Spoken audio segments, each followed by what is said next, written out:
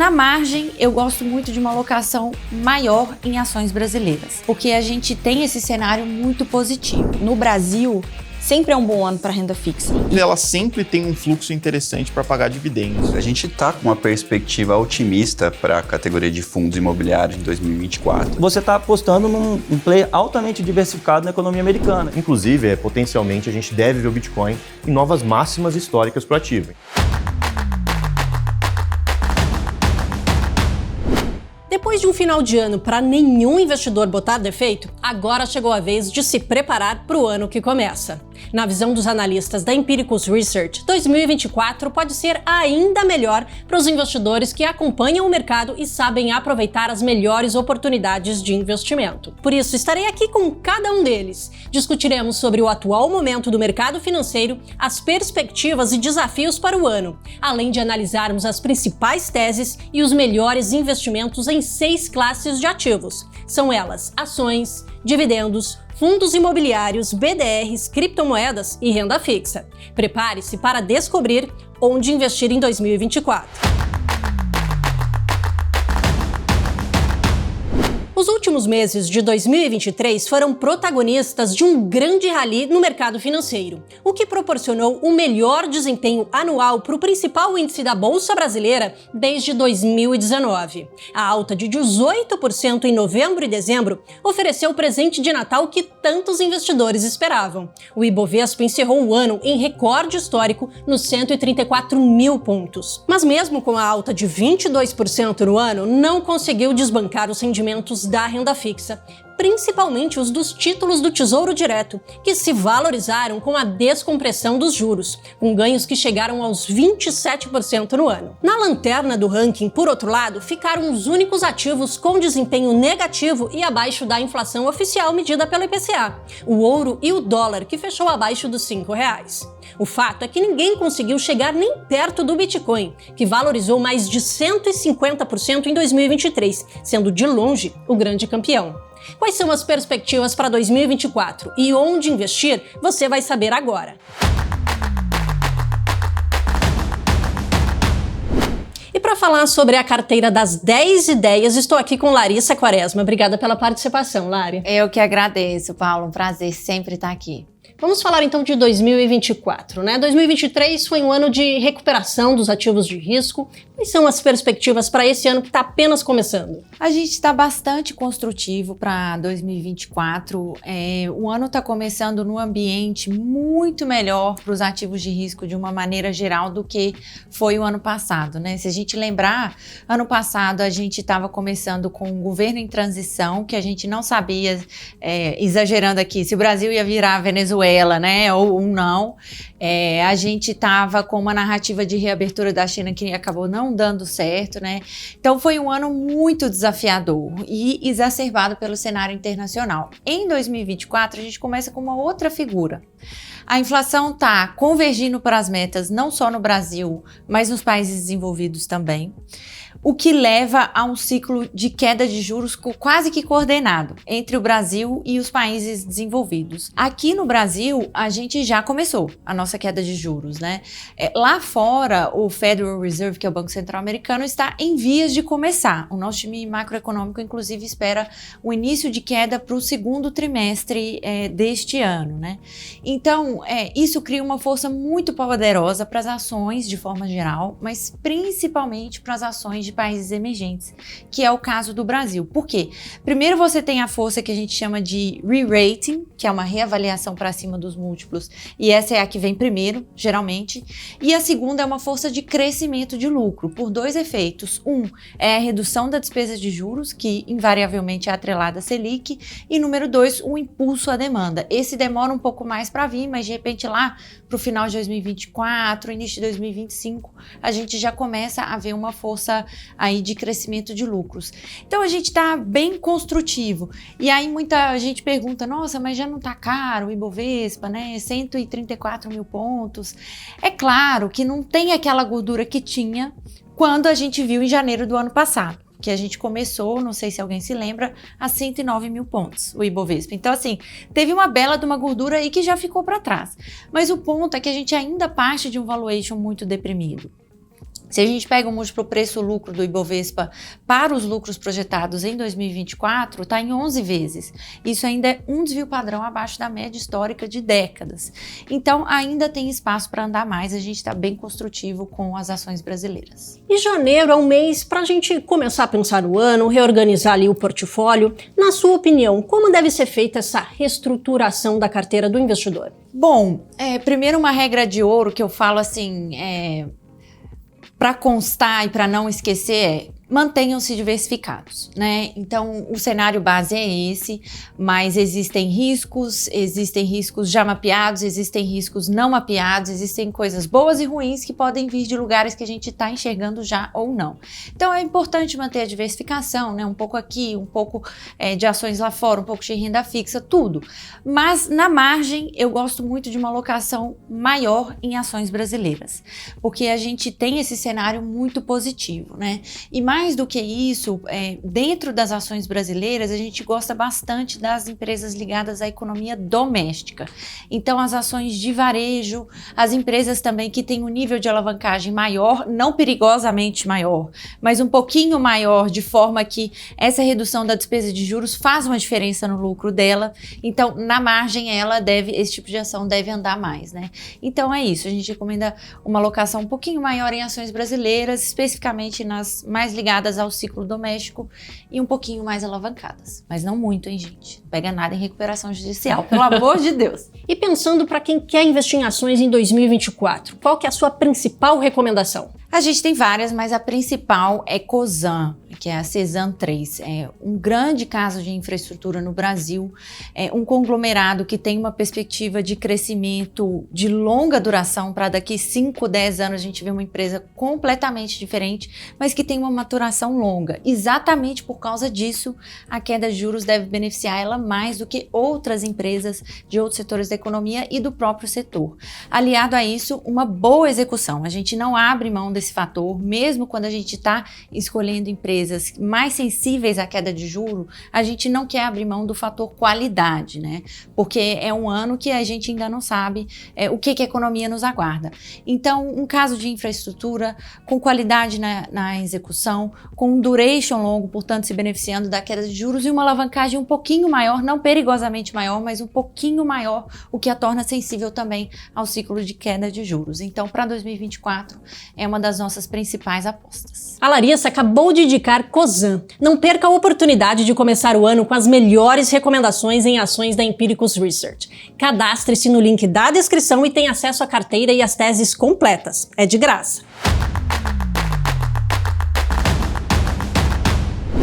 Vamos falar sobre renda fixa. Estou aqui com Laís Costa. Seja bem-vinda, Laís. Muito obrigada, Paula. 2023 foi um ótimo ano para a renda fixa e alguns investimentos ficaram no topo aí dos rendimentos. Quais as perspectivas para 2024? De fato, 2023 foi um excelente ano para a renda fixa, mas eu acho que o mais importante no Brasil, sempre é um bom ano para a renda fixa e o investidor tem que ter isso na cabeça. Para 2024, a gente tem visto uma ansiedade muito grande por causa da queda da Selic, que tem sido tema desde a metade do ano passado. O investidor tem visto isso e tem ficado apreensivo. Agora eu não vou ter mais alguma rentabilidade que seja atrativa. Mas a realidade é que hoje a gente, apesar de ter uma inflação que está controlada e está em níveis históricos muito baixos, ela ainda é acima da meta do nosso Banco Central. E por que isso é importante? Porque isso significa que os juros devem continuar em território contracionista, né, em territórios restritivos durante o ano de 2024, para você ter essa conversão da inflação à meta. Então, tudo indica que sim, 2024 vai continuar sendo um ano interessante para a renda fixa, inclusive em comparação com a renda variável. Tendo em vista essa queda da Selic, que deve chegar a 1 dígito no fim do ano, qual investimento vale a pena? O que a gente mais gosta hoje são os investimentos em renda fixa em juro real. São aqueles títulos IPCA+. Por quê? Porque esse juro real, esse juro além do IPCA, ele ainda está em níveis muito atrativos. Então a gente gosta bastante desses IPCA+. Se você for um investidor um pouco mais conservador, a gente está falando aqui das NTNBs ou Tesouro IPCA+, né, que são aqueles que a gente gosta mais no meio da curva para longo, dependendo um pouco do seu perfil de risco também. E se você já tiver um perfil um pouco mais agressivo, a gente prefere, inclusive, os títulos de crédito, né? Os títulos que são emitidos por empresas.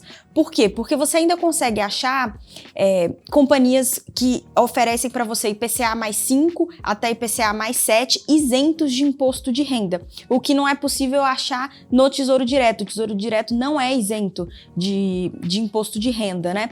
Então a gente acha que esse nível de juro real ainda é muito interessante para o investidor de longo prazo, né? Se você fizer uma conta de juros compostos nessas taxas, você vai ver que você entra nesses juros compostos, nessa quase que um logarítmico, né?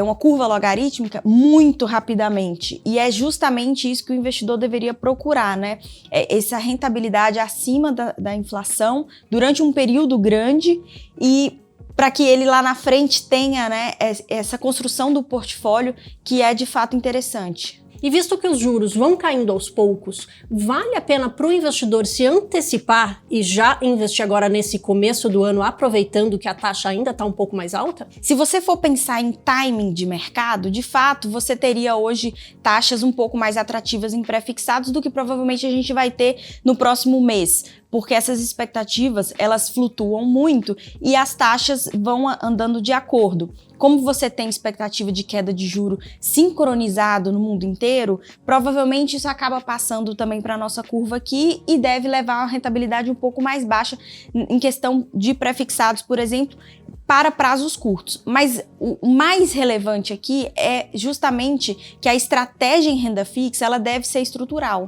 né? Quando você pensa em ganhar dinheiro de fato no longo prazo, você precisa ter essa estratégia na sua carteira, no seu portfólio. Então, o que a gente mais gosta é aproveitar os níveis altos de juros reais que a gente tem nesses títulos, ou do Tesouro Direto, ou títulos privados, mais ali no meio da curva, né? Entre 3 a 5 anos, que a gente mais gosta.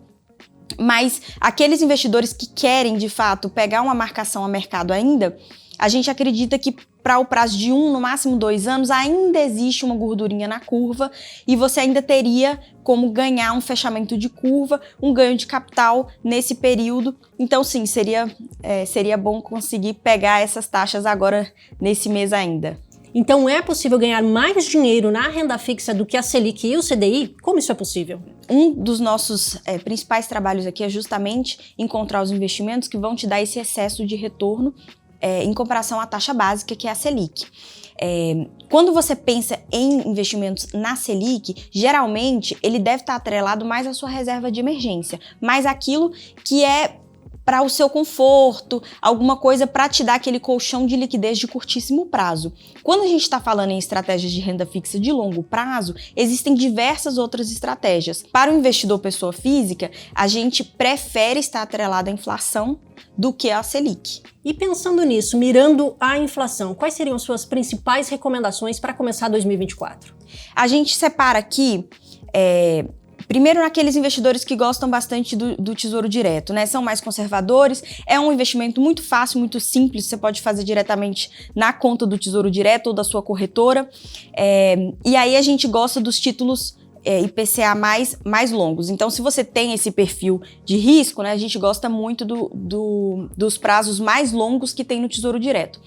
A gente também produz um material aqui sobre crédito privado, que a gente gosta bastante. Então, alguns nomes, por exemplo, que a gente tem selecionados, é um crédito da Mata de Santa Genebra, né? É uma transmissora, ela é 100% operacional, então ela tem um perfil de risco bastante conservador e você vai conseguir algo em torno de IPCA mais 7 e não IPCA mais 5 como você teria no Tesouro. Essa diferença de rentabilidade faz é um acréscimo muito grande no longo prazo, né? Outro título que a gente gosta, por exemplo, é o da Enalta.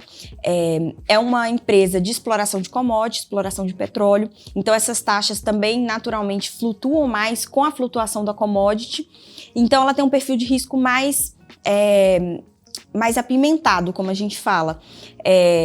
Ela também não está num período 100% operacional, ela está num plano piloto, transicionando para um sistema mais definitivo, então existem alguns riscos adicionais, mas que também levam a uma taxa maior. Então, se você fizer a conta do Gross Up, né, que é considerando a sua isenção de imposto de renda, essa rentabilidade hoje está por volta de um IPCA mais 9. Então, é bastante juros que você consegue capturar hoje ainda para esse crescimento acima da inflação. Agora, esse tipo de investimento tem um mínimo, dependendo da sua plataforma, que pode não ser tão acessível para a pessoa física. Principalmente quando você considera que o ideal é que você não tenha apenas um nome, mas uma carteira com vários nomes, né? Que seja uma carteira diversificada em risco de crédito, ou seja, em emissores, né? Então, para aquela pessoa que gostaria de já ter um prato colorido, né? Você já ter um basket ali com vários nomes e uma forma mais diversificada com um ticket de investimento menor, a gente gosta muito dos fundos de debênture incentivadas listados em bolsa. Porque esses fundos, eles têm algumas vantagens. Ele tem esse ticket menor que seria por volta de R$100, R$140. Cada fundo vai ter entre 20 até mais de 60 ativos lá dentro. Você tem uma gestão ativa, que você naturalmente paga por ela, existe uma taxa de administração, mas que é muito compensada pela rentabilidade que é entregue no final do mês. Ele faz um pagamento mensal, diferentemente das debêntures, que geralmente é semestral, ou às vezes tem alguma carência ali de 1, 2 anos para começar os pagamentos, né? Então, você tem essa renda, que seria legal também para a pessoa física ter essa disciplina mensal de reinvestimentos. E você também tem a questão da liquidez. Por eles serem listados, você consegue negociá-los em bolsa com muito mais facilidade do que uma debênture que é mercado balcão. Então, você vai no seu home broker, coloca o código e você consegue fazer essa negociação de forma muito mais fácil. Alguns dos nomes que a gente gosta, tá?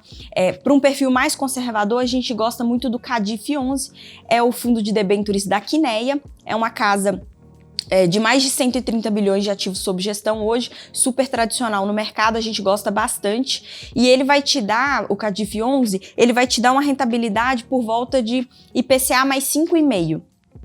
Isento, tudo isso isento de imposto de renda, né? Aí, para um perfil um pouco mais arriscado, a gente gosta bastante do BDIF 11, que é o fundo de debêntures incentivados aqui do BTG, tocado pelo time do Eduardo Arães, e ele vai te dar uma rentabilidade de IPCA mais 7, alguma coisa nesse patamar. Então, a gente gosta muito, né, dessas carteiras que já são diversificadas e tem esse ticket mais baixo para a pessoa física. Eu acho que vira um portfólio bastante equilibrado e interessante para o longo prazo. Tem bastante opção, né? Tanto para o investidor mais conservador, aquele mais arrojado ali, com umas pimentinhas ali para conseguir mais rendimentos na renda fixa, então. Exatamente. A renda fixa é o porto seguro dos investidores e você ficou sabendo das principais recomendações da Laís para a classe. Quer ver as outras opções de graça? Clique no link da descrição e se inscreva.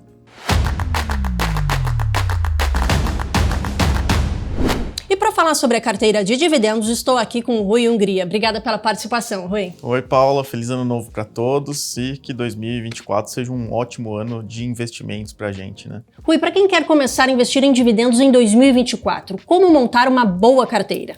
Então, Paula, na verdade, o investidor focado em dividendos, ele sempre vai procurar empresas que têm um perfil parecido, independente do cenário macro, taxa de juros, eventuais mudanças de tributação, por exemplo. O investidor focado em dividendos, ele sempre tem que buscar empresas geradoras de caixa, independente do cenário em que a gente esteja atravessando. Então, por mais que 2024 seja, sim, provavelmente um ano diferente de 2023, com um provável cenário de queda de juros, né, e até mudanças aí em tributação de dividendos, no final das contas, o investidor focado em dividendos, ele vai ter que buscar aquelas empresas geradoras de caixa, que são aquelas empresas que no final do dia vai sobrar um lucro, vai sobrar um caixa para elas distribuírem esses dividendos. Então, assim, não muda tanto de ano para ano. É claro que, às vezes, uma determinada empresa está passando por um melhor momento, outra por um pior momento, e a gente, claro, vai ajustando a nossa carteira de acordo com esse momento de cada empresa, mas o cenário, assim, o básico é empresas geradoras de caixa que estejam negociando por múltiplos interessantes, né, que tem essa combinação de baratas o suficiente para poderem se valorizar e também gerar um caixa e pagar bons dividendos para os acionistas, né? Um tema a ser acompanhado pelos investidores este ano é a tributação dos dividendos, que hoje é isenta no imposto de renda. Qual a sua visão sobre esse tema, Rui? Então, Paulo, esse é um tema que é importante a gente acompanhar, mas de certa forma, né, duas coisas aqui. Primeiro, eu entendo que parte desse temor já esteja implícito no preço das ações. A gente viu quando esse tema começou a ganhar mais tração, a ser mais discutido, a gente viu até algumas empresas sofrendo alguns dias de pregões ruins. Então, de certa forma, o mercado já está de olho nisso, né? De certa forma, preparado.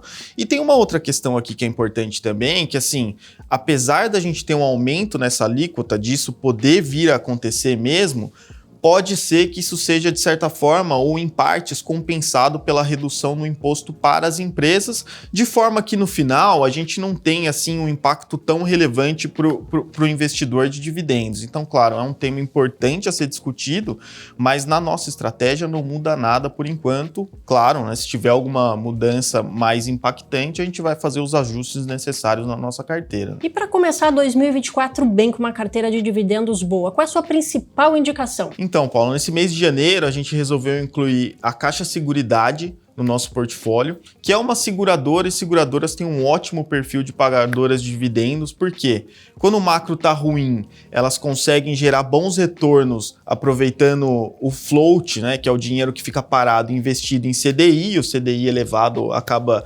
ajudando a pagar ótimos dividendos, e quando o macro começa a melhorar e o juro começa a cair, ela começa a emitir mais prêmios, né, e no caso, ela tem um braço muito forte ali com a Caixa, então ela é muito forte no segmento de financiamentos imobiliários, e quando o mercado começa a melhorar, o macro começa a melhorar, ela também começa a emitir mais prêmios nesse segmento, então uma coisa compensa a outra e ela sempre tem um fluxo interessante para pagar dividendos. A principal recomendação para receber dividendos é Caixa Seguridade. Para saber as outras indicações do Rui, basta clicar no link da descrição do vídeo. É gratuito. O assunto agora é fundos imobiliários. E para conversar com a gente, estou aqui com Caio Araújo. Obrigada pela participação, Caio. Eu que agradeço o convite, Paulo. Vamos lá. Bora lá falar de 2024, porque 2023, fundos imobiliários esteve entre os melhores investimentos, rendendo cerca de 15%. Vale a pena investir em FIIs em 2024? Sem dúvida, a gente está com uma perspectiva otimista para a categoria de fundos imobiliários em 2024. A gente tem aí uma porção de fundamentos que favorecem essa visão. A principal delas é a queda dos juros, né? E da curva de juros também como um todo. Quando você vê a Selic aí saindo de um patamar de quase 14%, para, quem sabe, convergir para 9% ou 8% ao ano, isso tem muita diferença no mercado de renda variável, no mercado de capitais como um todo. E o fundo imobiliário, historicamente, é um veículo muito bom para capturar esses movimentos, né? A gente já viu um cenário similar entre 2016 e 2019 e a gente viu aí um princípio desse movimento em 23, né? Com um fluxo com a renda fixa em queda para percentuais aí para ativos de pós-fixados, vamos dizer assim, a gente tem uma migração de recursos para outras categorias.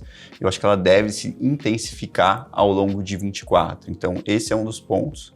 Acho que comentar também sobre o nível operacional dos fundos tem ido muito bem ao longo de 23, também notamos isso para shoppings, para galpões logísticos, isso deve continuar ao longo de 24, então a gente tem um operacional sólido, aliado a uma perspectiva de migração de fluxo muito boa. E também, para finalizar, temos aí a retomada das captações, né, do ritmo aí de compras, fusões e aquisições dentro do mercado imobiliário. Isso também favorece muito a ajustar a precificação dos fundos, né? A gente tem visto aí as captações retomando aí níveis pré-pandemia, vamos dizer assim, para fundos de tijolos, e 2024, com esse movimento que eu citei dos juros, tende também a ser um bom ano para captações. Isso também favorece aí a tese de investimento nos fundos imobiliários como um todo. E tendo esse cenário mais otimista, bem positivo para 2024, como dividir a carteira ali de fundos imobiliários entre de papel e de tijolo? Bom, nesse cenário de queda dos juros e captura de valor dos fundos imobiliários, o que a gente tem como alvo são os fundos de tijolos, né? Eles, historicamente, têm vantagem nesse cenário pelo equity, conseguem gerar mais valor, conseguem eventualmente até readequar sua estrutura de capital, né, sua alavancagem que você tem lá dentro. Então, isso pode gerar bastante valor para o mercado de tijolos. Então, eles são sim a nossa principal posição aí já há algum tempinho. Só que não descarte os fundos de papéis. Acho que os fundos de papéis têm alguns muito bem posicionados, especialmente aqueles indexados à inflação, que contrataram aí operações com taxas acima da média, né, quando a gente pensa em referenciais do mercado. Então, eles ainda podem gerar rendimentos interessantes para aquele cotista aí que busca aí uma renda mensal atrelada à inflação, por exemplo. Acho que é bem interessante e podem capturar valor em momentos de queda na curva de juros. Então, a marcação a mercados dos títulos tende a ser favorável. Então, não descarte os fundos de papel. Acho que tem boas alternativas no mercado. Por isso, uma relação aí em portfólio de 60% tijolo e 40% papel, que já é próxima do que a gente tem no índice fix hoje, me parece bem interessante e é por aí que a gente está caminhando. E qual a sua principal recomendação para quem quer começar o ano investindo em fundos imobiliários? Boa. Vamos para um fundo de tijolo, né? Já pensando nessa tese de captura de valor. Acho que um fundo clássico da indústria, que se tornou um fundo clássico da indústria, é o VBI Prime Properties, né? O PVBI 11. Ele é um fundo de escritórios da VBI, é um fundo com alta qualidade, então você vai ver ali dentro da carteira dele 6 ativos, todos com classificação A+, localizados aqui na região do Itaim Bibi, Vila Olímpia, todos aqui entre JK e Faria Lima, que é uma região premium de São Paulo, para quem não conhece. E apesar do mercado de escritórios ter sofrido bastante nos últimos 3, 4 anos, nós temos aí visto uma recuperação de diversas praças aqui na capital paulista, que é a principal referência aí dos fundos imobiliários. E por esse fundo estar muito bem posicionado nessas regiões que eu citei, ele tende a capturar valor tanto em novas ocupações, tanto no aumento do aluguel nas ocupações que ele já tem, nas locações que ele já tem, né? Então, na nossa visão, é um fundo que tende a capturar essa retomada do mercado de escritórios, bem como ser um veículo interessante para essa captura de valor aí em função da queda dos juros. Então, ele como talvez a única referência de fundo de escritório a mais que temos aí com boa liquidez em bolsa hoje, acho que pode ser uma alternativa bem interessante para quem quer ganhar aí uns 15%, considerando tanto o rendimento quanto valorização da cota ao longo dos próximos 6, 12 meses. O Caio recomendou VBI Prime Properties, PVBI 11, um fundo de tijolo como principal FII para começar 2024. Confira os outros 4 fundos imobiliários da carteira clicando no link da descrição, totalmente de graça. Chegou a hora de falarmos sobre a carteira de BDRs. E para falar sobre o assunto, estou aqui com o Enzo Pacheco. Obrigada pela participação, Enzo. Fala, Paula. Feliz ano novo para você e para todo mundo que acompanha a gente aqui. Em 2023, as bolsas surpreenderam positivamente. Qual é o cenário agora para 2024? O que está no radar? Antes da gente falar um pouco de 2024, é bom a gente lembrar como é que foi 2023. A gente teve uma performance muito boa dos índices, né? O S&P 500 valorizou mais de 20%, o Nasdaq mais de 40%, mas muito puxado pelas grandes empresas de tecnologia. Se você tirar essas grandes empresas, o S&P 500 teria valorizado 10%, 11%. E o ano passado foi um ano que esse resultado dos índices foi muito impulsionado pela expansão de múltiplos e não pela expansão de lucros.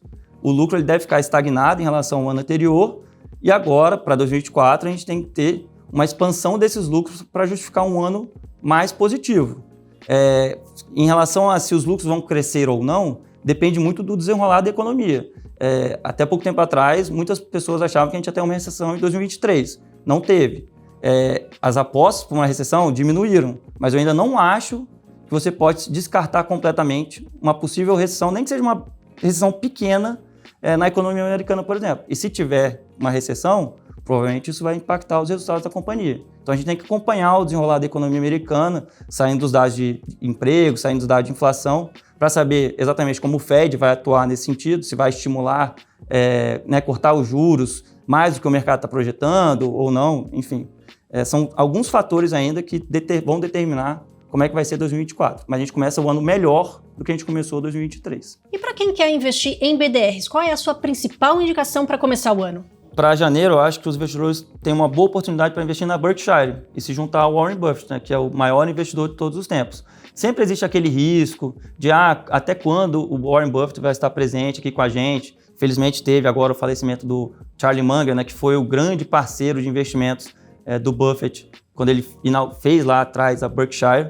Mas você está apostando num player altamente diversificado na economia americana. Ele tem negócio de seguros, ele tem negócio de energia, ele tem negócios de indústria, de varejo, tem um portfólio de ações com diversas ações também de empresas conhecidas, Apple, Coca-Cola, American Express. Então eu acho que é um player, de certa forma, diversificado, seguro, e quando você olha múltiplo, ele está negociando a múltiplos abaixo da média do mercado. Então você está comprando uma empresa que entrega muito mais do que o mercado historicamente, e você está pagando menos por ela hoje. Então, eu acho que para os investidores que querem começar 2024 investindo nos mercados internacionais, pode começar com Berkshire, que não tem erro. A principal recomendação do Enzo para a carteira de BDRs foi Berkshire Hathaway. Mas além dela, você encontra outras 9 recomendações no link da descrição de forma totalmente gratuita. E neste último bloco, vamos falar sobre a carteira de criptomoedas. E para falar sobre o assunto, estou aqui com Paulo Camargo. Obrigada pela participação, Paulo. Eu que agradeço o convite, Paula. O Bitcoin foi, sem sombra de dúvidas, o melhor investimento em 2023. Esse rendimento que ele teve no ano passado tende a se repetir em 2024? Bom, a gente tem vários motivos para acreditar que 2024 vai ser novamente um ano ótimo para criptomoedas, né? Então, se a gente olhar, por exemplo, no último ciclo, em 2019 foi um ano de recuperação, o Bitcoin subiu 94%, e depois em 2020 a gente teve então, novamente uma subida de preços para o Bitcoin, onde o Bitcoin subiu mais de 300%. Então, olhando novamente para esse ciclo, a gente acredita sim, que 2024 deve ser um ano muito bom, inclusive, potencialmente a gente deve ver o Bitcoin em novas máximas históricas para o ativo. Então, para quem está começando ainda nesse mercado, ainda tem tempo de estar exposto no ativo. Estamos na expectativa da aprovação do primeiro ETF de Bitcoin à vista lá nos Estados Unidos. O que deve acontecer com o Bitcoin e as outras criptomoedas? Bom, a gente está praticamente na iminência da aprovação. A gente acredita que existe uma chance bem grande desses ETFs serem aprovados até dia 10, possivelmente até hoje, o dia que a gente está aqui conversando. Mas com a aprovação desse ETF, primeiro devem acontecer 2 eventos. A aprovação, num primeiro momento, e segundo, o lançamento desses ETFs para serem negociados em bolsa. Existe alguns dias de espaço entre essas duas coisas, A gente acredita que vai ser curto esse espaço, porém, ele normalmente leva algum tempo. Então, durante a notícia de aprovação, a gente já deve ver uma puxada de preços, muito ali nessa expectativa muito grande dos investidores esperando esse grande evento. Aí, possivelmente até mesmo um evento de sell the news, que é a venda ali após a realização do fato, até de fato a gente ter os veículos sendo negociados dentro das bolsas lá nos Estados Unidos, Então, eu diria que vai ser um momento de grande volatilidade no mercado, tá? Então, é muito difícil falar se os preços do Bitcoin vão ficar em patamares superiores ou inferiores após a aprovação, mas o que é fato é que sim, a gente deve ver um grande momento de volatilidade para o Bitcoin e para os criptoativos como um todo. E se não acontecer o que a gente está esperando e realmente for negado, o que acontece? Apesar de a chance, a probabilidade desses veículos serem negados, ela ser extremamente pequena, principalmente baixa nesse momento, caso seja negado, a gente pode ver aquela correção mais contundente no mercado que a gente vem falando, avisando os investidores há algum tempo. Esse ciclo de alta pro Bitcoin, ele ainda não viu grandes correções durante esse percurso e normalmente durante mesmo um bull market, um mercado ali de alta, a gente deve ver ainda um momento de correção. Então aí sim seria de fato essa consolidação de correção e, na minha opinião, uma grande oportunidade de compra também, porque a não aprovação dos ETFs nesse momento não quer dizer que eles não vão ser aprovados ainda no ano de 2024, Somente, seria uma postergação dessa aprovação para um segundo momento. Então, apesar de muito pequeno, eu não é o cenário base aqui para para a gente, né, o que a gente acredita aqui dentro. Caso venha essa negação, deve sim ver uma correção aí, possivelmente até voltando ali para o Bitcoin em torno dos $38.000, alguma coisa ali nessa faixa de preço. E como balancear esse portfólio, mesclando Bitcoin e outras criptomoedas para quem quer começar a investir em 2024? Bom, acho que Bitcoin é inegavelmente ali o ativo de maior foco, maior narrativa para o ano de 2024, né? A gente tem os ETFs, a gente vai ter posteriormente, né, o halving, que é um grande evento que acontece mais ou menos de 4 em 4 anos para a blockchain do Bitcoin, e também vai ter, inclusive, né, o aumento de liquidez dentro da economia global. Então, tudo isso joga muito a favor para criptoativos e especialmente para o Bitcoin. Então, pro investidor que está começando agora, é inegável que você deve ter uma boa parcela dos seus investimentos em criptoativos em Bitcoin, mas tem outras criptomoedas que também vão se beneficiar dentro de todo esse contexto, né? Então, para quem está começando agora nesse mercado, eu recomendaria ali alguma coisa como 60% a 80% da carteira em Bitcoin, e o restante, né, em altcoins, né, outras moedas menores. Acho que, inevitavelmente, aqui a gente já falou sobre o Ethereum, né, que é a segunda maior cripto do mercado, ainda está bastante descontada versus outras criptomoedas do mercado. Acredito que 2024 vai ser bom para o ativo. Solana, a gente já falou em dezembro, também continua sendo um ótimo ativo para você ter, e outras moedas menores ainda. Você pode citar uma delas? Sim, claro. Acho que uma narrativa que vem se consolidando bastante é o segmento de inteligência artificial. Alguns criptoativos já visam capturar o valor desse segmento, o crescimento desse segmento, e a Cash Network é um deles, né? A Cash Network é um protocolo de criptoativos, né, uma rede dentro do ecossistema da Cosmos que provê, né, infraestrutura para soluções de inteligência artificial. Então, eu acredito sim que o ativo durante o ano de 2024, inclusive anos seguintes, pode ser um dos ativos que se beneficia de toda essa narrativa de inteligência artificial. Então, a Cash Network, com o token AKT, para mim pode ser uma boa aposta nesse segmento. Quer se dar bem com uma carteira mais arrojada em criptomoedas? Acesse o link da descrição e leia a tese completa de A Cash Network sem pagar nada. Agora que você já sabe onde investir em 2024, acesse as carteiras completas. É só clicar no link da descrição, fazer seu cadastro e pronto. Tudo disponível para você. As teses e recomendações feitas pelos analistas da Empiricus Research especialmente para você. E o melhor, 100% gratuito. Curtiu o vídeo? Deixe seu like e compartilhe com os amigos. E já deixe marcado na agenda, nosso próximo encontro é no começo de fevereiro. Até lá e bons investimentos!